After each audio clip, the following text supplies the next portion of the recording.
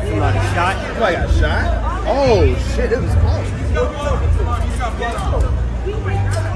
Right now, I have one right back, I have one green, and I'm headed down to the... Every time I'm out here, you keep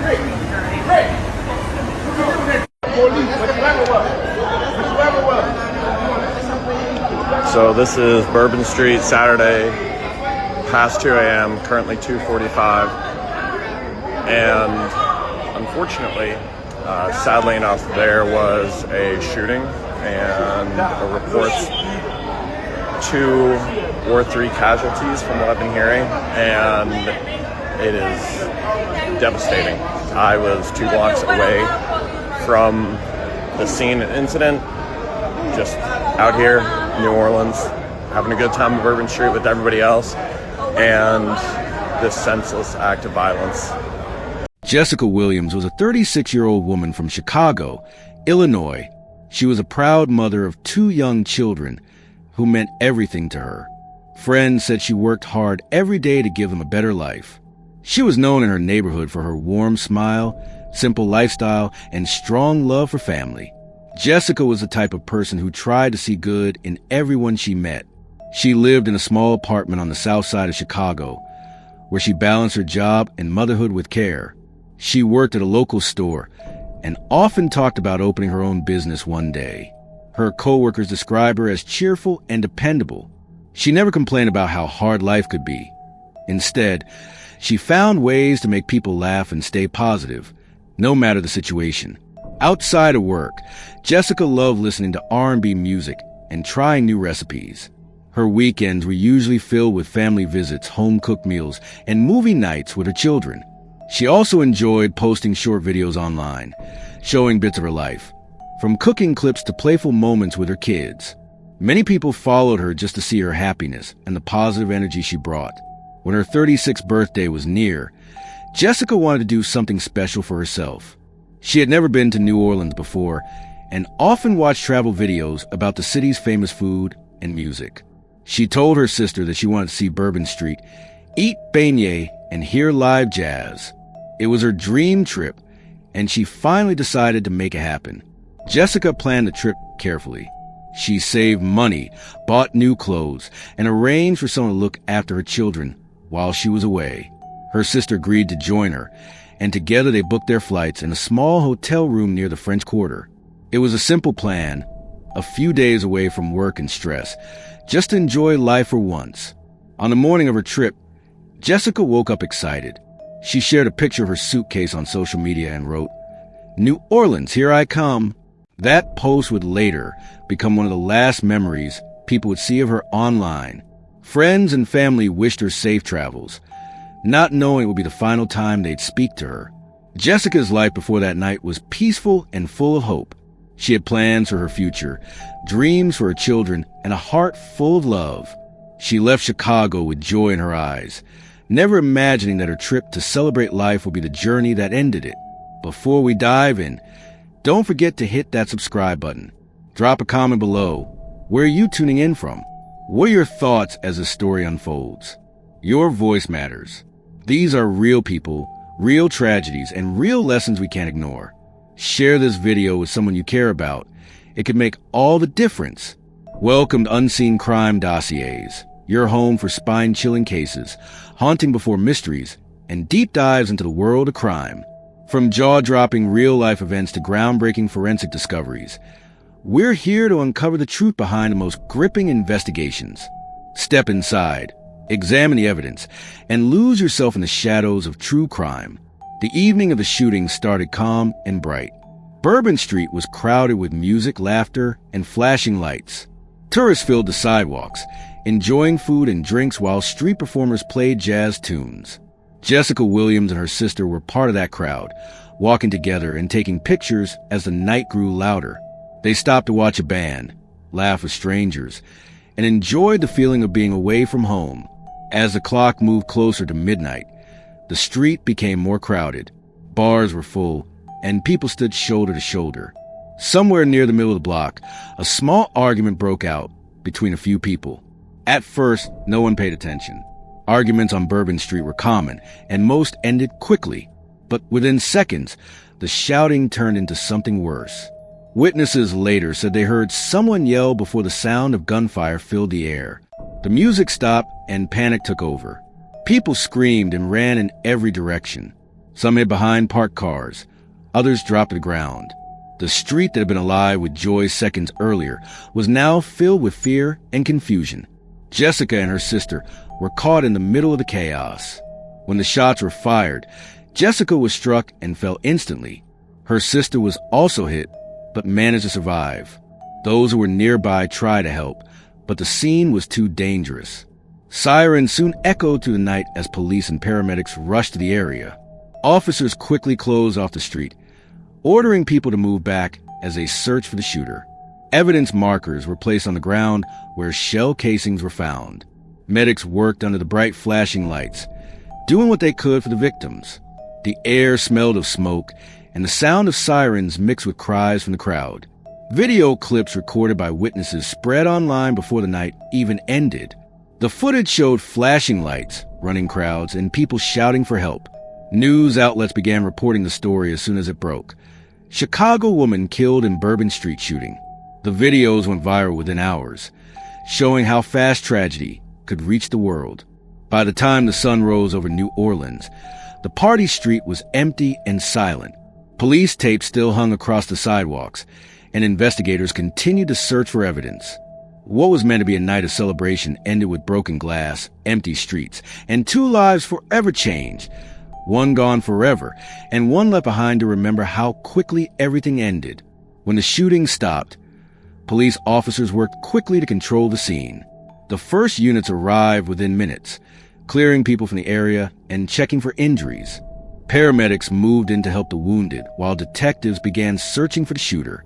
The flashing blue lights painted the street as officers placed evidence markers and started collecting shell casings from the ground. Detectives began their work immediately, moving from one witness to another. Many people were frightened and confused, but few gave clear details about what they saw. Some said they noticed a fight moments before the gunfire began. Others mentioned seeing a man in dark clothing running away after the shots were fired. Police used every statement to start building a picture of what might have happened. Nearby buildings had surveillance cameras pointed toward the street. Investigators collected the video recordings from bars, shops, and restaurants. They spent hours reviewing each clip, hoping to catch a glimpse of the shooter's face or the direction they ran. The footage showed the crowd's panic, but the movement and flashing lights made it hard to see everything clearly. Even so, detectives continued watching frame by frame, determined not to miss a single clue. As the investigation grew, tips started coming from the public. Some people called the police hotline with information about possible suspects.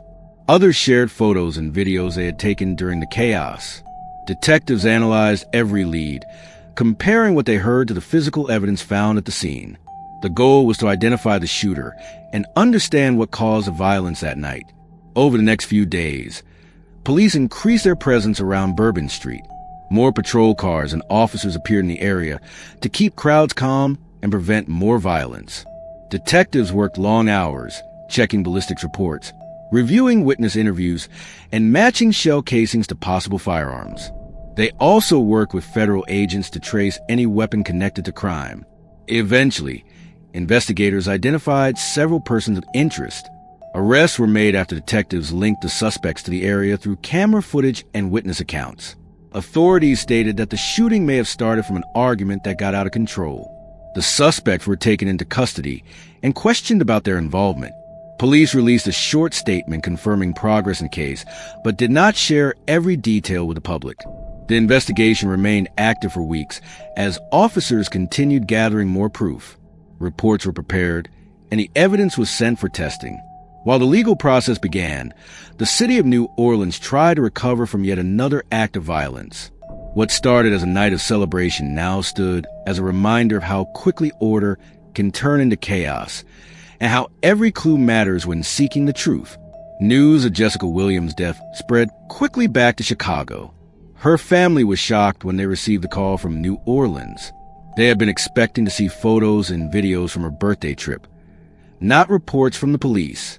Her mother and siblings gathered at their family home, trying to understand how a joyful celebration could end in such a tragic way. The pain was heavy, and silence filled the house where laughter used to be. Friends and relatives began showing up to support the Williams family. Many brought flowers, cards, and food, hoping to ease their pain even a little. Jessica's children were too young to fully understand what had happened, but they noticed the sadness around them. Family members took turns caring for them while making funeral plans. Every room in the house carried memories of Jessica, her smile, her voice, her energy. Back in New Orleans, people also came together to remember her. A small memorial appeared near the spot on Bourbon Street, where she was killed. Candles, photos, and handwritten notes filled the sidewalk. Strangers stopped to pay their respects, even those who had never met her. For many, it was a reminder that life can change in seconds and that violence affects more than just a victim. Community leaders in both cities spoke about the tragedy. In Chicago, church groups and activists organized a candlelight vigil to honor Jessica's life. They called for peace and demanded safer environments for travelers and locals alike. In New Orleans, business owners and residents discussed ways to make crowded areas more secure. The loss had touched two cities hundreds of miles apart. Jessica's co-workers described her as hardworking and caring. She had spent years balancing her job with raising her children. Her friends remembered her as someone who loved to celebrate birthdays, holidays, and every small victory in life. To them, the idea that she died during her own birthday trip felt impossible to accept. Her story became a topic of conversation in homes, schools, and workplaces across Chicago. Local news stations followed the story closely, showing interviews with family members and community figures. Reporters stood outside churches, family homes, and city halls as people shared their memories of Jessica. Viewers across the country watched, learning how a simple night out could turn into heartbreak. Many were reminded that behind every headline, there is a person with dreams, goals, and people who love them. As the days passed, tributes continued to pour in. Photos and videos of Jessica filled social media timelines. Friends posted messages celebrating her life instead of focusing only on the way she died. The Williams family thanked everyone for their prayers and kindness, promising to keep her memory alive. Though her life was cut short, her name continued to echo in both cities, a symbol of a moment that changed many lives forever. After weeks of investigation, detectives finally gathered enough evidence to move forward. Surveillance videos, phone records, and witness statements helped them identify several people linked to the shooting. The New Orleans Police Department announced that 2 suspects had been arrested in connection with the gunfire that killed Jessica Williams. Their names were released to the public, and they faced serious charges, including second-degree murder and attempted murder. The arrest brought a brief sense of relief to the Williams family. While it did not bring Jessica back, it showed that progress was being made. Police officials held a press conference, explaining how the suspects were tracked through careful investigation. They thanked witnesses who came forward and urged others with information to continue cooperating. Behind the scenes, detectives continued gathering every detail needed to build a strong case. Once in custody, the suspects were booked and brought before a judge for their first court appearance. The courtroom was filled with reporters, officers, and family members of both sides. Prosecutors outlined the charges and presented early evidence connecting the suspects to the crime scene. Defense lawyers requested time to review the evidence and prepare their arguments. The judge set bond conditions and announced future court dates for hearings and trial preparation. As the legal process moved forward, prosecutors focused on building a timeline of events. They relied on forensic testing, video analysis, and eyewitness accounts. Each piece of evidence was examined and documented. Investigators confirmed that the shooting started after a dispute near one of the bars on Bourbon Street. What began as an argument quickly turned deadly when one of the suspects pulled out a weapon and fired into the crowd. Court filings revealed more about the night of the shooting. According to the reports, multiple witnesses saw the suspects arguing with another group before shots rang out. Security cameras captured part of the fight and showed the chaos that followed. Detectives used these recordings to confirm the sequence of events. The prosecution argued that the gunfire was not random but a result of poor decisions that cost an innocent woman her life. During the hearings, the Williams family attended quietly, watching every step of the process. They sat together, holding photos of Jessica while listening to updates from both sides. Their attorney worked closely with the prosecutors to ensure Jessica's case received the attention it deserved. Each hearing added new details, helping the public understand how the investigation had led to these arrests. Months later, the trial date was officially set. Both sides prepared their witnesses and evidence. The community waited to see how justice would unfold for Jessica Williams. The courtroom was expected to hear powerful testimonies and see key footage that could decide the outcome. As the legal journey continued, the story of a birthday trip that ended in tragedy became a lesson about choices, violence, and accountability. The trial for the killing of Jessica Williams began months after the arrests. The courthouse was filled with people waiting to hear the truth about what happened on Bourbon Street. Reporters, family members, and curious locals filled every seat. The judge entered the courtroom, reminding everyone that the goal was to uncover the facts and deliver justice. Both the prosecution and defense were ready to present their sides of the story. The prosecutors opened by showing the jury video footage from a night of the shooting. The recordings showed the busy street, the argument, and the moments leading up to the gunfire. Witnesses were called to describe what they saw and heard. Some pointed at the suspects, saying they recognized them from that night.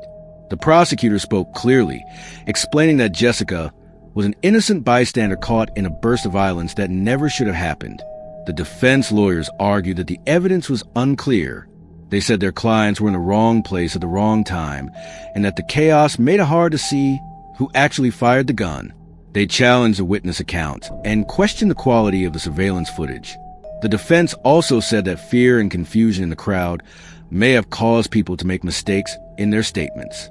Throughout the trial, Jessica's family sat quietly in the courtroom. They listened as lawyers discussed the final moments of her life. Photographs of Jessica were shown on the screen to remind the jury of the person behind the case. Every testimony added a new detail, helping the court piece together what truly happened. The judge kept the proceedings orderly, ensuring both sides had a fair chance to speak. Forensic experts were called to testify about the evidence collected from the scene. They explained how the bullets, shell casings, and weapon matched the suspect's possession. The experts showed reports proving that the gun used in the shooting had been found hidden near one of the suspect's homes. This technical evidence played a major role in supporting the prosecution's claims. After days of testimony and closing arguments, the jury left the courtroom to make their decision. Hours passed as they reviewed all the evidence and discussed their verdict. Finally, they returned to the courtroom with their decision written on paper. The judge read the results aloud. The main suspect was found guilty of second-degree murder, and the second was convicted of related charges. The courtroom remained silent as the verdict was read. Jessica's family held hands, knowing that justice had been served. The judge sentenced the convicted man to many years in prison, saying that no celebration should ever end in death. The trial came to a close, and the crowd slowly left the building. The case of Jessica Williams had reached its legal end, but the memory of that night continued to echo far beyond the courtroom walls. After the trial ended, life slowly began to move forward, but the impact of Jessica Williams' death remained strong. Her family returned home to Chicago, trying to rebuild their daily routines. Every corner of their house reminded them of her laughter, her favorite songs, and her kindness. Though time passed, the memory of that trip and the tragedy that followed never faded. Jessica's absence could be felt at every family gathering and celebration. Community members continue to honor her through local events and memorials. A neighborhood park near her home was dedicated in her name, giving children a safe place to play. Murals were painted showing her smiling face with the words, "Forever loved, never forgotten." These efforts helped keep her story alive and reminded everyone of the importance of unity and safety. Jessica's story also influenced conversations about violence in public spaces. City leaders and safety groups held meetings to discuss ways to prevent similar tragedies. More cameras were installed in crowded tourist areas, and patrol units increased during large events. People began to understand that a single argument could change many lives. Her case became a lesson about how fast a joyful moment can turn into pain. Her friends continued to speak about her positive nature and strong spirit. They shared stories about how she supported others, and never turn away from people in need. Many use social media to post memories and photos of her life, focusing on her achievements and the happiness she brought to others. Even those who had not met her were touched by her story and joined in sharing messages of peace. Jessica's children grew up surrounded by reminders of their mother's love.